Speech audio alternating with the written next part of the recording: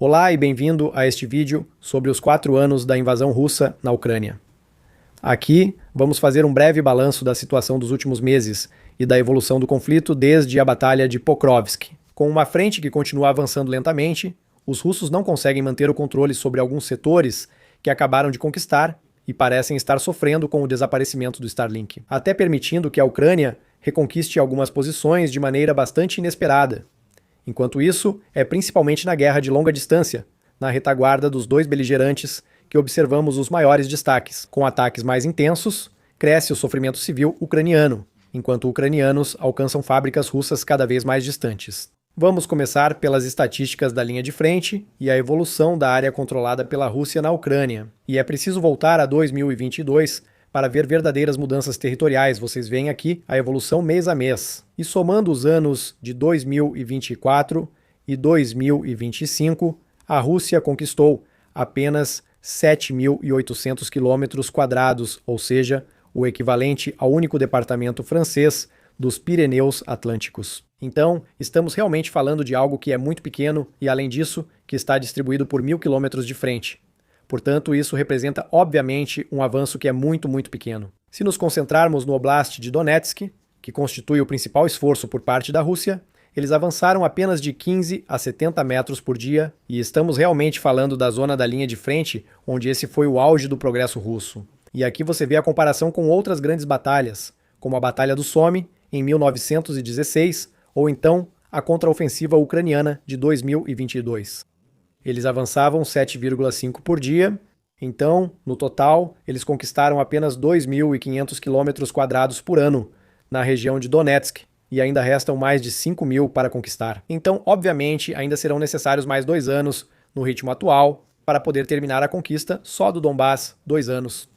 Sabendo que isso é impossível nesse ritmo, pois agora enfrentarão as defesas mais pesadas e sólidas. Kramatorsk, maior cidade do Donbass, junto com Sloviansk ao norte, são verdadeiras fortalezas, muito mais protegidas que Donetsk, Bakhmut e outras cidades anteriores. Isso significa que, hoje, os russos têm menos poder de fogo, menos capacidades militares e soldados, menos treinados do que anos atrás, devido às muitas perdas. Que, por outro lado, os ucranianos estão muito mais bem preparados, porque tiveram tempo para se preparar, e de forma alguma se imagina que a Rússia possa agora acelerar, simplesmente porque ela já não tem mais os meios, e porque os ucranianos estão mais entrincheirados do que nunca. Eles tiveram tempo para construir defesas, diferente do ocorrido após a queda das cidades anteriores.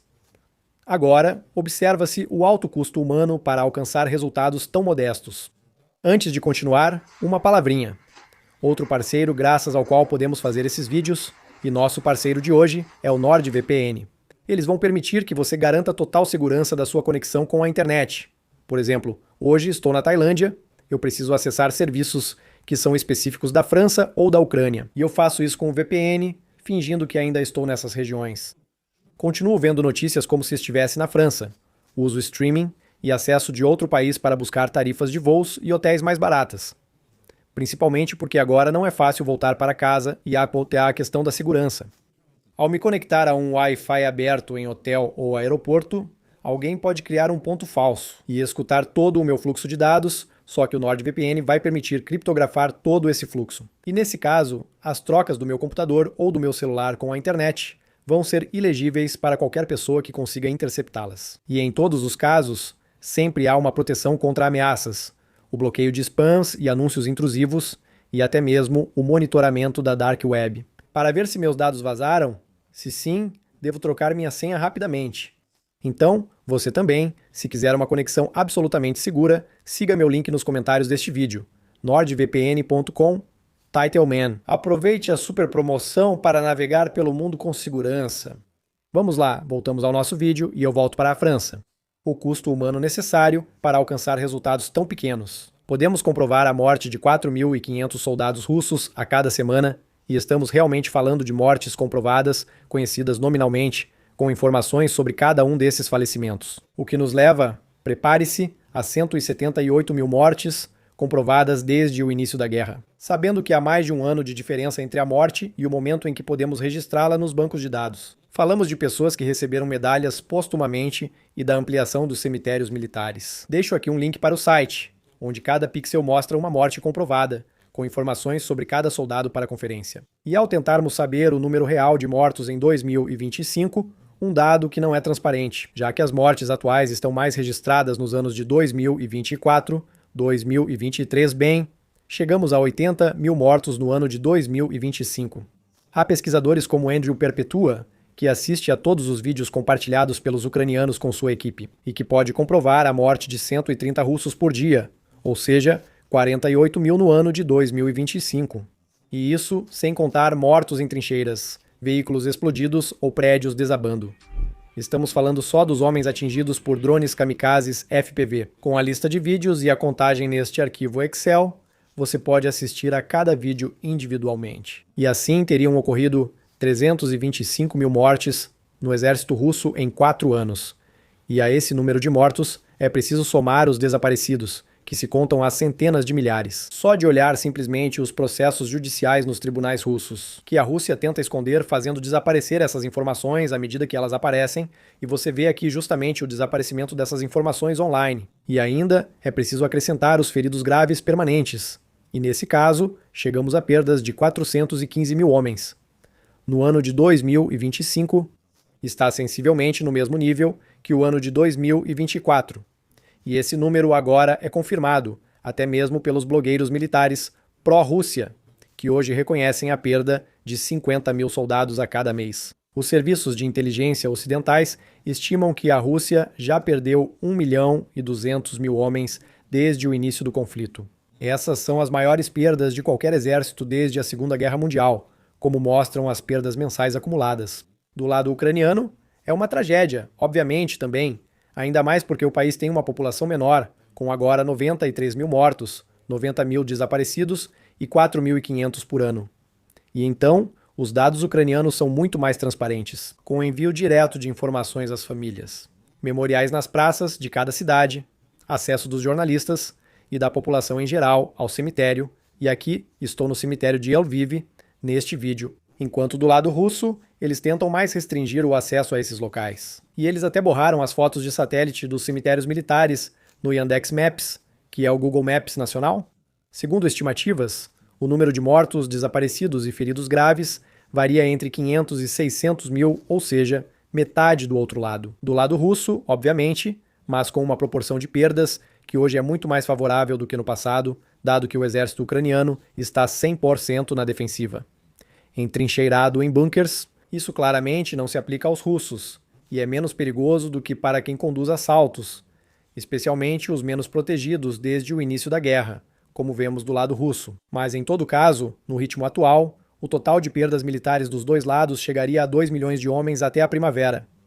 E não estamos falando, claro, de centenas de milhares de civis mortos pelos russos nas áreas ocupadas, sem possibilidade de verificação ou contagem, e esse número cresce também na zona livre, por causa, obviamente, dos bombardeios que eles sofrem todos os dias, mas também cada vez mais frequentemente, por causa dos drones kamikazes FPV, que miram diretamente nos civis. Os russos se gabam ao divulgar vídeos dos chamados safaris humanos. Aqui é possível ver os resultados disso em cada oblast, desde novembro. Se olharmos para o balanço material, vemos que as perdas comprovadas de equipamentos militares russos por ano estão diminuindo gradualmente. Aqui você vê como as perdas se distribuem por tipo de equipamento. É importante notar que a redução dessas perdas militares não se deve à melhor organização ou eficiência, mas ao fato de eles não terem mais. Os estoques soviéticos foram em grande parte esvaziados. Por isso, hoje, os ataques já não envolvem dezenas de tanques como antes. Isso permitia registrar muitas perdas nas estatísticas. Agora, sem mais blindados para enviar à linha de frente, as perdas diminuíram. E se a gente focar especificamente nos tanques, isso fica ainda mais evidente. Essa diminuição mostra exatamente quantos eles perdiam em 2020 e 2023 em comparação com a situação atual. Então, se a gente der um zoom no ano de 2025, vemos especialmente a queda dos assaltos mecanizados, que é observada a partir do mês de abril, e que resulta em uma diminuição no número de equipamentos destruídos. Já descrevi para vocês a evolução do método russo nesses assaltos em um vídeo dedicado à Batalha de Pokrovsk. A defesa ucraniana basicamente torna inúteis os assaltos nesse mecanismo tradicional. Por isso, pequenos grupos de infiltração são lançados com frequência na linha de frente e, na maioria dos casos, morrem após cruzarem a linha de contato. E se por sorte esses soldados conseguirem sobreviver, nesse momento eles vão tentar fazer com que outros soldados venham para essa área, até tentarem lançar um assalto contra as trincheiras. Mas é um método pouco eficaz. Por isso, os ucranianos compartilham muitos vídeos mostrando soldados sendo mortos por drones kamikazes. FPV dessa maneira, e temos, de forma anedótica, algumas imagens que certamente são reveladoras. Situação também são esses ataques a cavalo, nos quais os russos lançam soldados a cavalo para tentar se deslocar, atravessar os campos abertos, esses campos nos quais eles têm muito mais chances de serem pegos. E infelizmente essa é uma realidade do exército russo hoje em dia. Eles voltaram a fazer ataques de motocross, de mobilete, de scooter. E a gente via sempre, aliás, uma tentativa por parte dos ucranianos de não matar o cavalo, de derrubar o soldado russo para depois poder matá-lo quando estivesse no chão e o cavalo pudesse voltar para a natureza. Então, de modo geral, a gente percebe que o exército russo, tendo cada vez menos material militar, está indo na contramão. Os materiais civis, os equipamentos civis, carros, caminhonetes, veículos 4x4, picapes, e a gente vê a evolução do número de destruições. Então, obviamente, como são materiais civis, isso provoca mais perdas humanas. Mas a vantagem é que esses carros são mais fáceis de substituir, como nos ataques de moto. E vocês veem aqui a progressão do número de perdas mensais de veículos civis pela Rússia, com um recorde sendo batido ano após ano. No lado ucraniano, ocorre o oposto. Era um exército pouco ou insuficientemente mecanizado no início da guerra, e que pouco a pouco, com a chegada de equipamentos pelos aliados da Ucrânia, hoje consegue ter cada vez mais veículos blindados e, portanto, há cada vez menos veículos civis na linha de frente, mesmo que ainda restem muitos, obviamente. Hoje, eles têm mais equipamentos de alta qualidade, pois antes dependiam de equipamentos soviéticos ou produções ucranianas insuficientes, que foram substituídos por novos equipamentos. Além disso, é mais eficiente e garante maior taxa de sobrevivência, mesmo com a destruição do veículo. E os ucranianos receberam, assim, mais de 3.000 tanques e veículos de combate, mais de 5.500 transportes de tropas blindados e ainda 8.000 blindados leves, como o Humvee. Por isso, em 2025, pela primeira vez, ambos os lados têm perdas iguais de material militar. Primeiro, porque a Rússia não tem mais nada para empregar, já perdeu tudo nos anos anteriores. E segundo, porque a Ucrânia nunca teve tantos blindados. O exército ucraniano está mais forte do que nunca.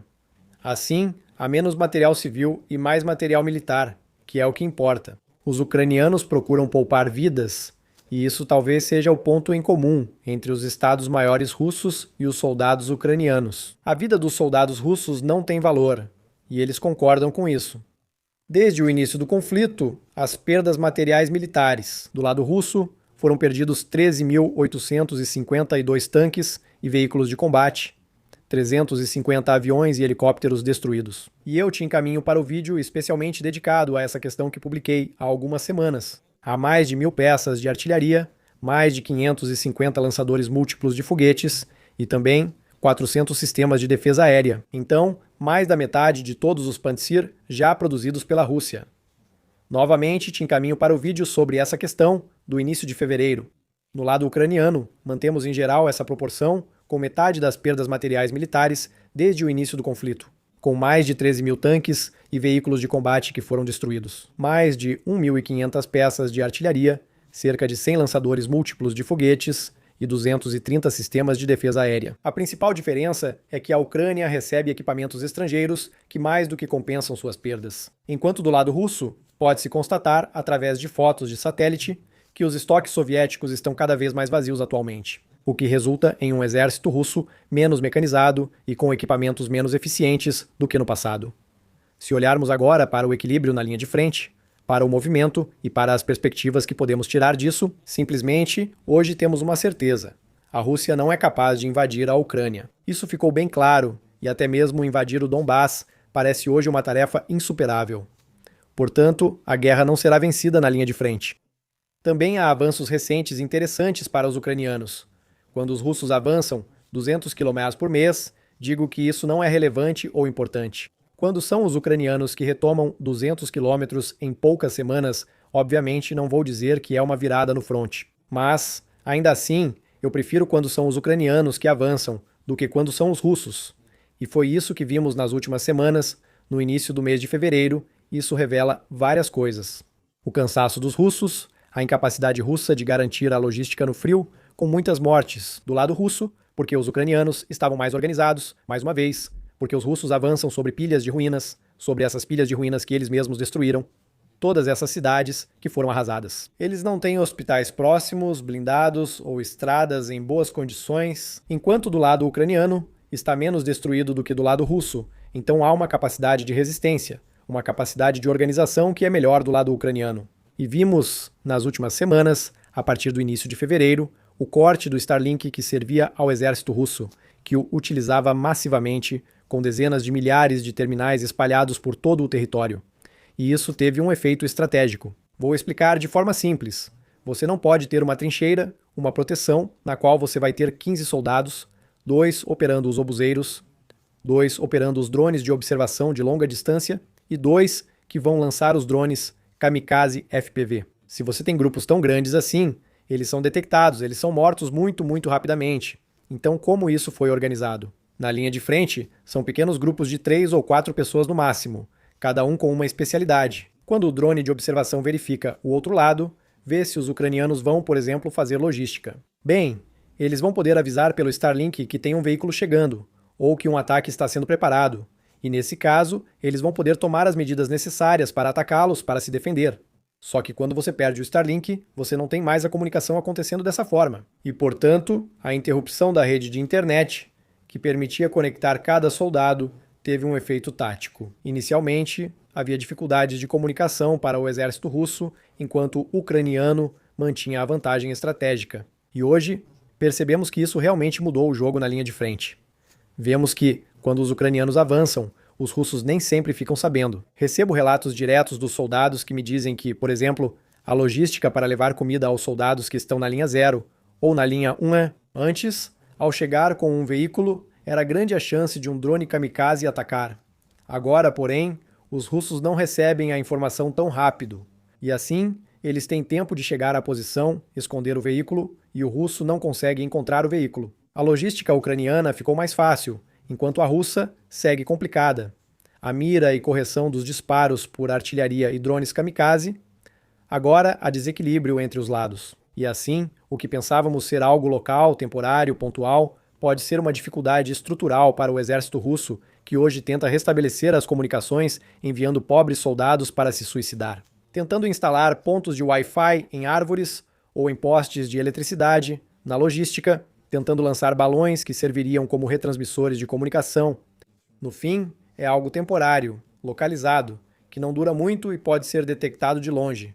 E os russos restabelecem as comunicações de rádio, o que permite localizá-los por triangulação com sensores de guerra eletrônica. E então, no final das contas, o exército russo está hoje em dificuldade devido ao desaparecimento do Starlink, o que também nos lembra da nossa própria dificuldade. Se tivéssemos que enfrentar um exército equipado com todos esses meios de comunicação e conexão, nós não os teríamos. Apenas o exército ucraniano e, eventualmente, o exército americano hoje têm essa capacidade real de se organizar com comunicação em tempo real. Os ucranianos voltaram hoje a conquistar territórios, recuperando dezenas de quilômetros quadrados na região de Zaporizhia. Isso já acontece, mas ainda de modo marginal. Enquanto isso, o avanço russo segue desacelerando em outras regiões, o que faz com que o mês de fevereiro seja o menor avanço da Rússia em mais de 2 anos. Mas, de forma geral, na região de Zaporizhia, na região de Liman, na região de Kramatorsk, na região de Kharkiv, há boas notícias vindas da linha de frente. E, sobretudo, os soldados na linha de frente dizem: hoje está mais fácil.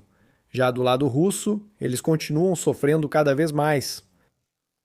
E, estrategicamente, onde isso nos levará? Afinal, a guerra não será vencida na linha de frente, e os esforços se concentram cada vez mais na retaguarda.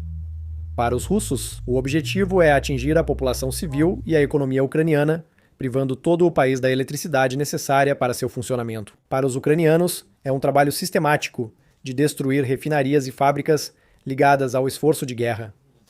O número de mísseis lançados pelos russos permanece estagnado. Isso equivale à capacidade máxima de produção da Rússia, referindo-se a mísseis de cruzeiro KH-101 e mísseis balísticos, porque as fábricas não conseguem obter os componentes ocidentais indispensáveis para essa produção. Enquanto, ao contrário, a produção dos drones kamikaze Shahed está aumentando, chegando agora a 200 lançamentos por dia, porque eles são muito mais simples de produzir.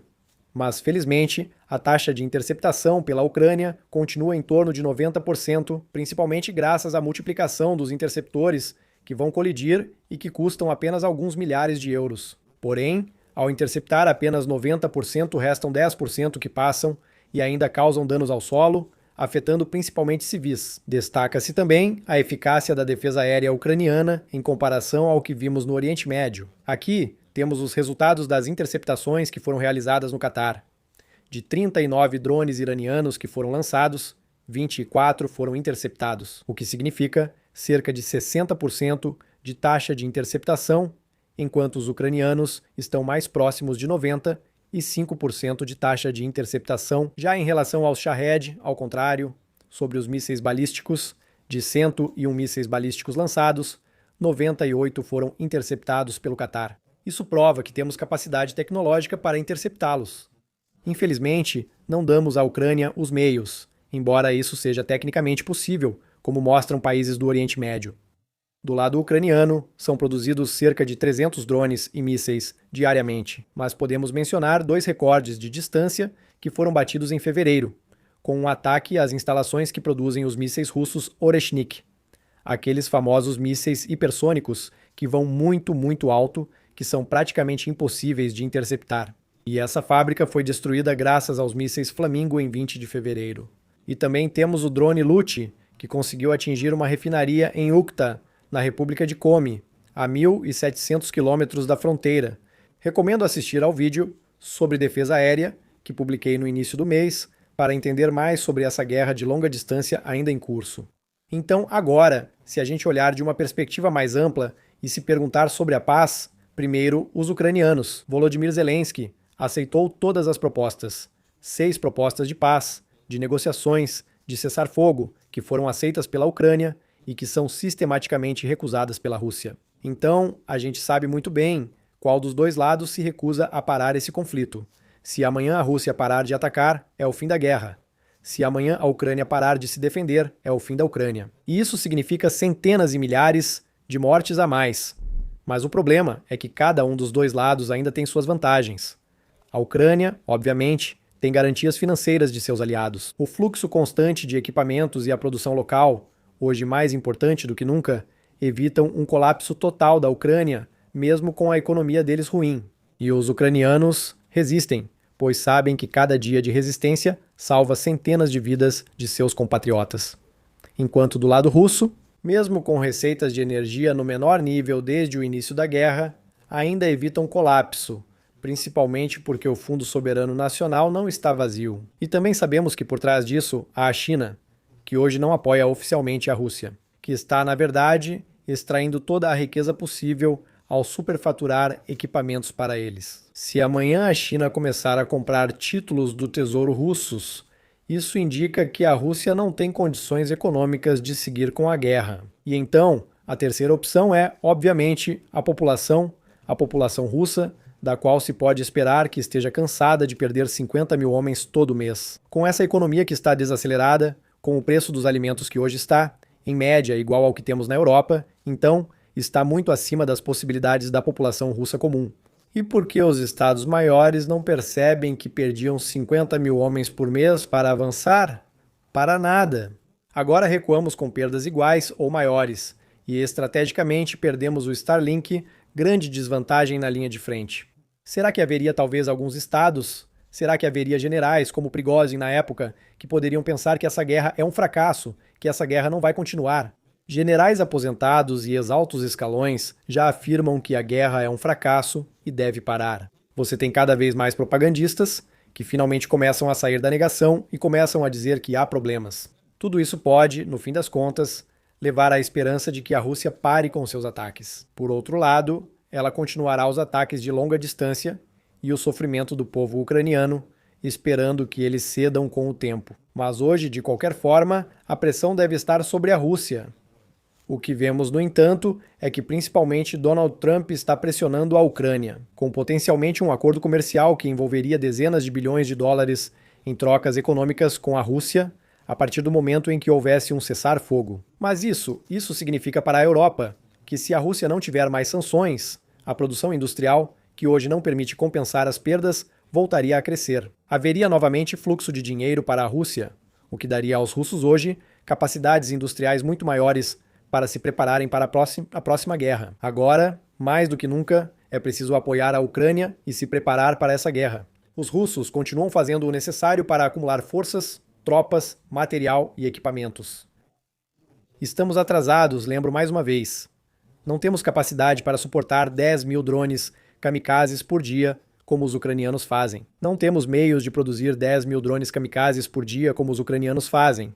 Então, em ambos os casos, hoje, nós não estamos prontos. E eu remeto vocês para esse exercício, no qual os ucranianos foram integrados em um exercício da OTAN. E em uma manhã, eles destruíram 2 batalhões com uma pequena unidade de operadores de drones que não foram detectados, que não conseguimos bloquear nem parar. Então, estrategicamente, nós não estamos no nível dessa guerra de alta intensidade. E isso é preciso repetir industrialmente. É necessário agir rapidamente para apoiar a Ucrânia e espero que haja conscientização geral. Enquanto isso, podemos continuar ajudando os ucranianos fornecendo equipamentos para eles. É isso que a Renault vai começar a fazer. A empresa Altaris, que fabrica interceptadores, já poderia fazer isso hoje, mas não compramos para fornecer à Ucrânia. Isso já teria salvado vidas. Ainda há muito a fazer. Quando compramos drones que permitem ver os mísseis chegando, isso ajuda a interceptá-los melhor. Quando colocamos contêineres medicalizados na linha de frente, evitamos a necessidade de fazer um vai e vem de ambulâncias que levam horas para chegar à retaguarda.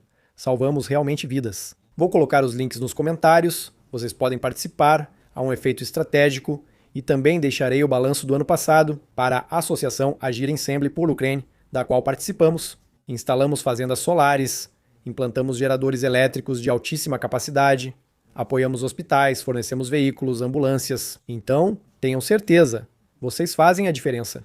Se cada um doar 5 euros juntos, arrecadaremos centenas de milhares, gerando impacto real para militares e civis. Então é isso, de qualquer forma, todos os amigos estão bem, mandam um abraço para vocês, os amigos que estão lutando na linha de frente com quem estou em contato, eles contam com vocês, obviamente, e até breve com novos vídeos.